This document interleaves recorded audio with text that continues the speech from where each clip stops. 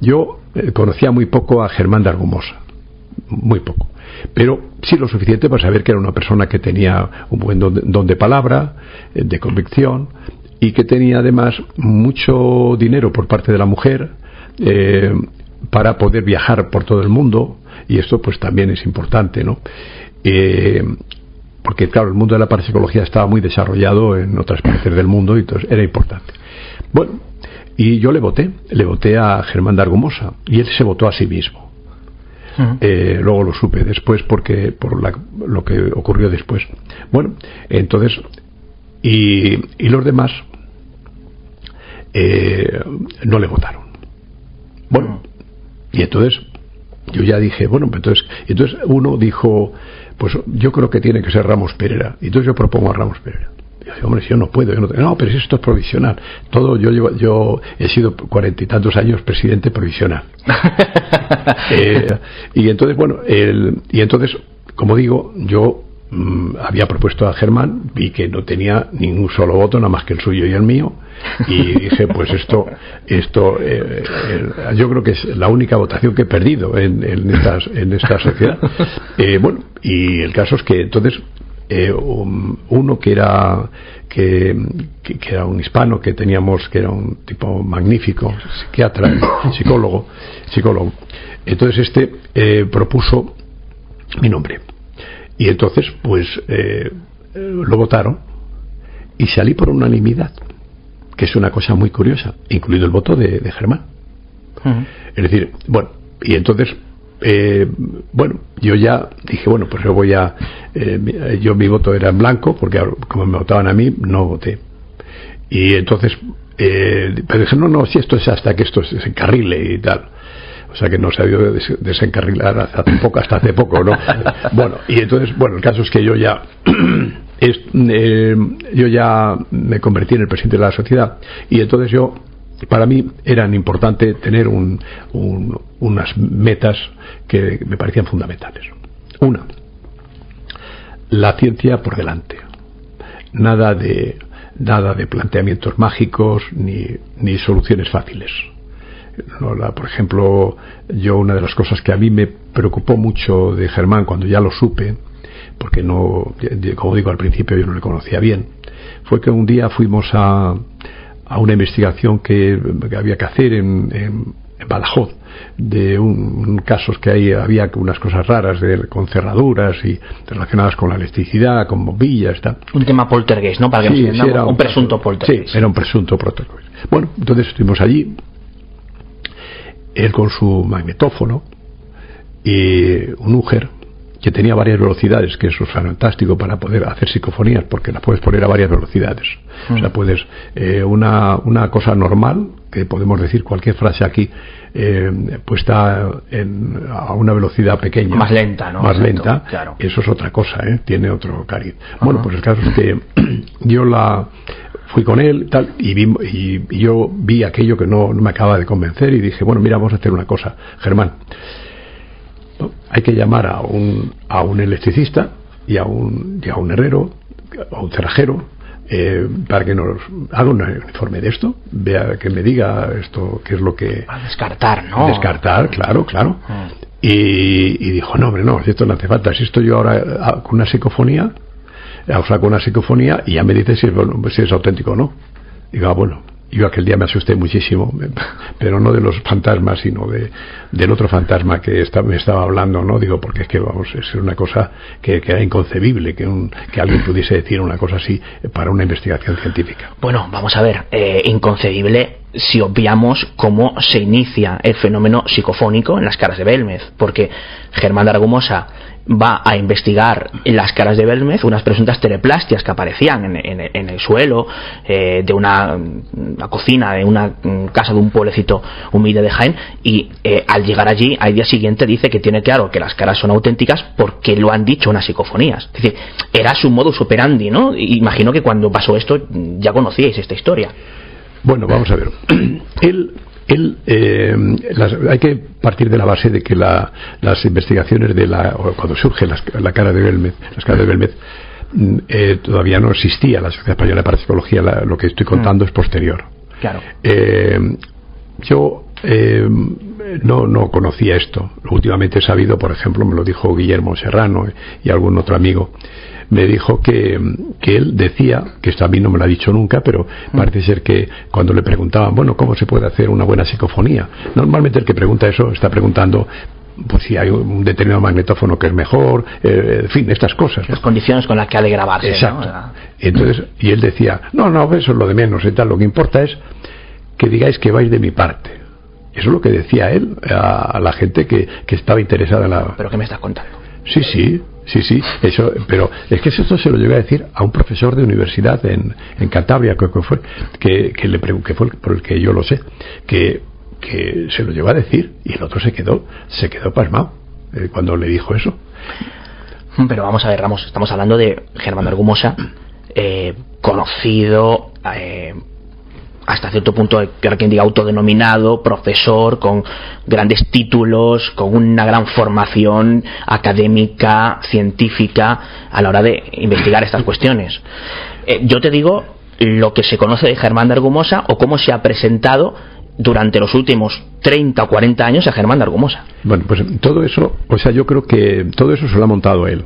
O sea, él no tenía ningún título, ni académico, ni de bachillerato siquiera, porque yo creo que no había terminado el bachillerato. Pero esto ¿cómo se puede saber esto, Ramos? Sí, yo sí lo sé.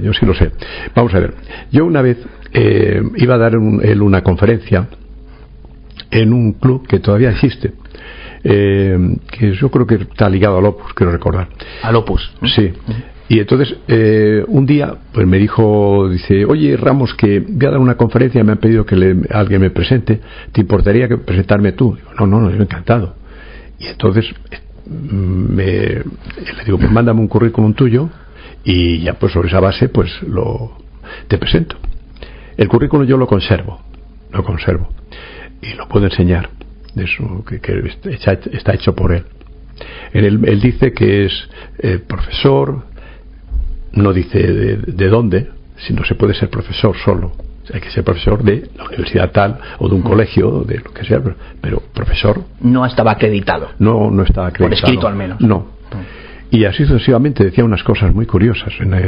Yo le dije... ¿Qué tipo de cosas decía? Sí, por ejemplo, decía que él había recibido en la India la máxima distinción que concedía la India, el Estado de la India. Y digo, ¿y eso? Y dice, sí, es una distinción.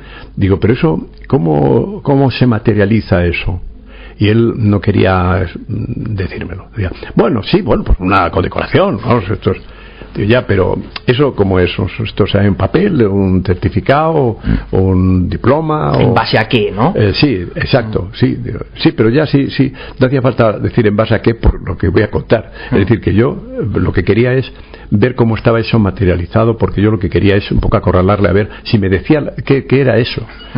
Y me dijo, bueno, ya finalmente le dije, bueno, pues yo si quieres voy a tu casa y me lo enseñas. Y ya esto ya estaba. Él, no hace falta, eso no. Bueno, y entonces finalmente, para hacer breve esto, porque duró bastante tiempo la conversación esta, era un banderín. Era un banderín de los que venden en cualquier tienda de la India, para un recuerdo de la India.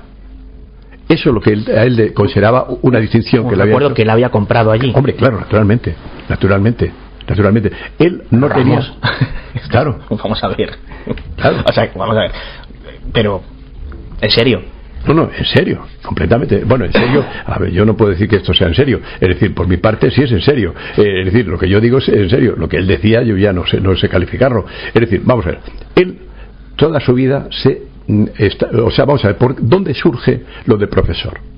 Surge porque él cuando habla cuenta una teoría de alguien que está hablando, que dice, por ejemplo, pues yo el profesor tal me dijo un día, pero vamos a ver, profesor de Argumosa, eso era una constante suya, o sea, cuando era un truco que él tenía para hacer ver que un profesor de una universidad le había llamado a él profesor.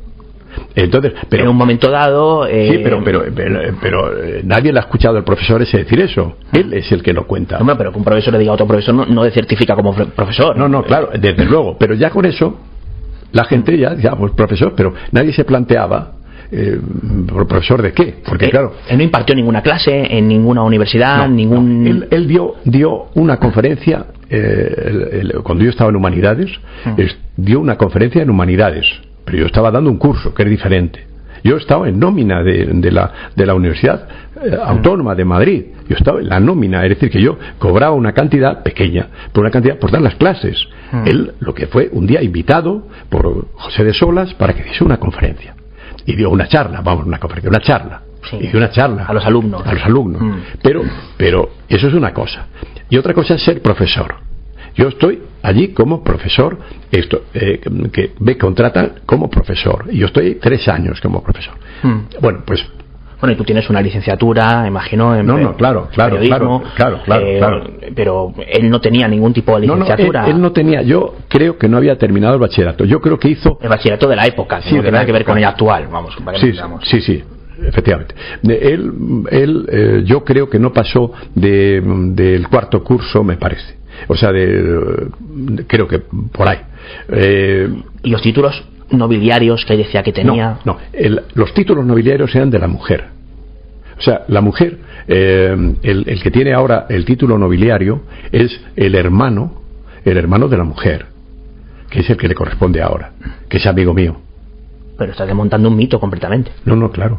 Es que es así. Pero mito de una quiero decir, de unas cantidades estratosféricas. O sea, Germán de Argumosa, para la mayoría de las personas que le conocen, él fue el introductor de la parapsicología española, como se presenta, y experto en temas psicofonías, y con una serie de títulos que le avalaban en lo académico, y en otra serie de instituciones, no solamente como para llamarse profesor, sino como para impartir incluso clases magistrales.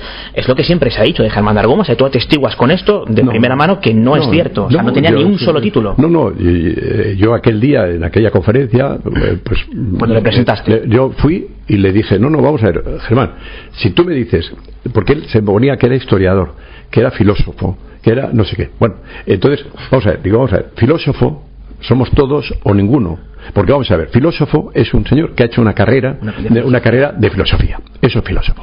Ahora, historiador, lo mismo. Y así sucesivamente. Digo, por lo tanto, si ya hablamos un lenguaje coloquial y dice yo filosofía, pues muy bien, lo que quieras. Pero realmente el título no lo tenía. Eso es lo que quiero decir. Porque yo se lo pregunté 100 veces. Pero a ti, tú tienes un título de... Bueno, yo soy un reconocido filósofo. Bueno, ya, pero tú tienes un título.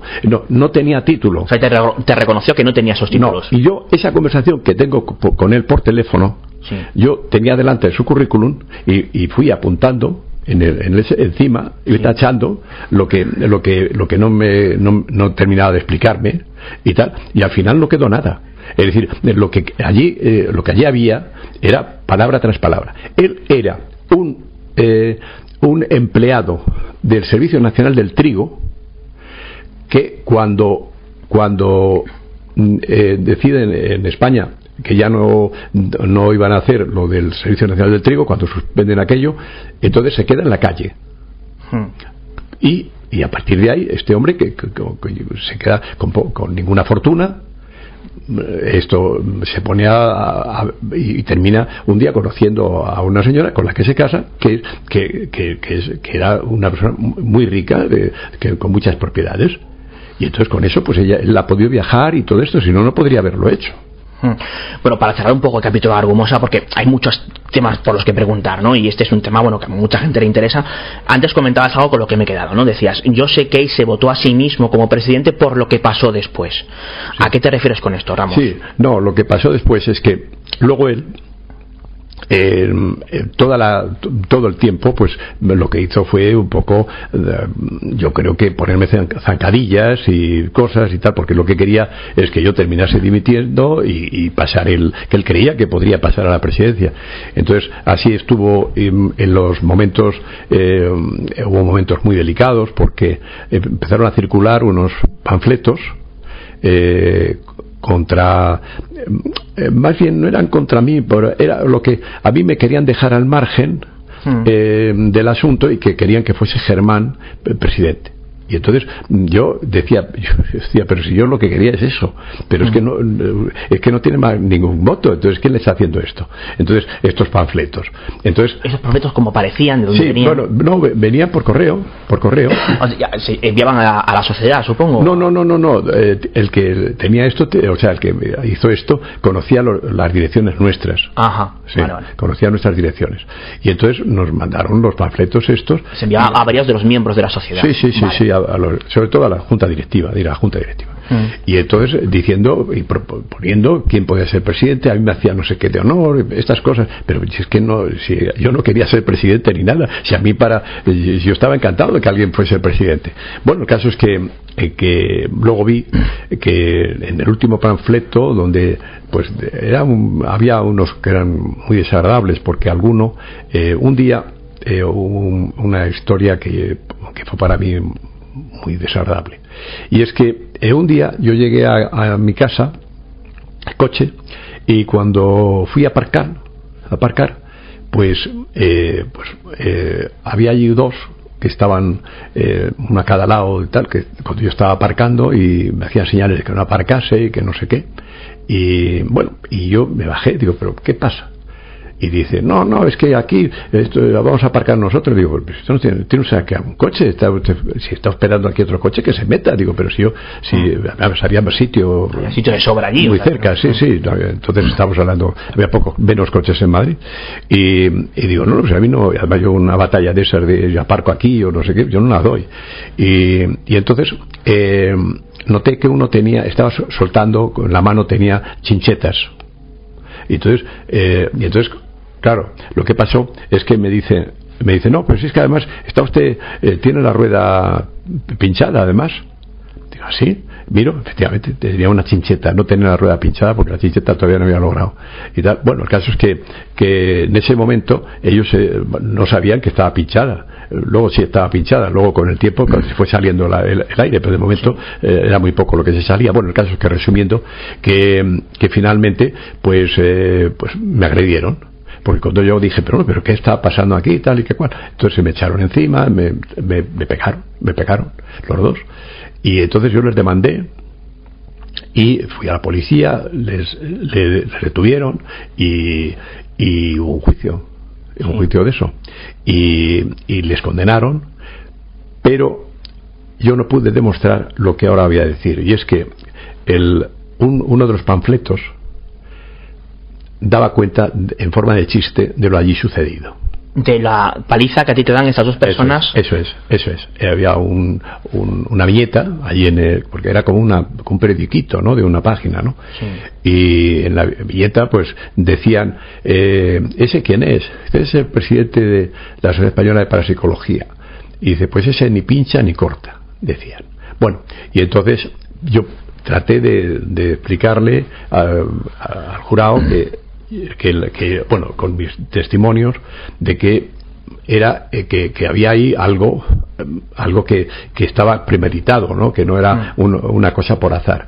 Pero claro, evidentemente yo no pude demostrar que una correlación causa-efecto entre los dos, pero claro, como yo no creo en el azar, pues ni en el azar mismo, pues... O sea, pero tú estás convencido en tu foro interno que había una relación entre los panfletos que llegaban, que lo que se pedía era tu dimisión, y estos señores. Sí, efectivamente. ¿Y esto qué reacción directa tiene con Argumosa? No, yo eso no lo sé, evidentemente, yo eso no lo sé. Yo lo único que sé es que en la Asamblea General, donde él decía los panfletos decían que iban a proponer a Germán de Argumosa presidente. Vale. Exacto. Y entonces le ponían un lugar determinado, lo dibujaban en el un salón muy grande que teníamos entonces en la casa de Brasil.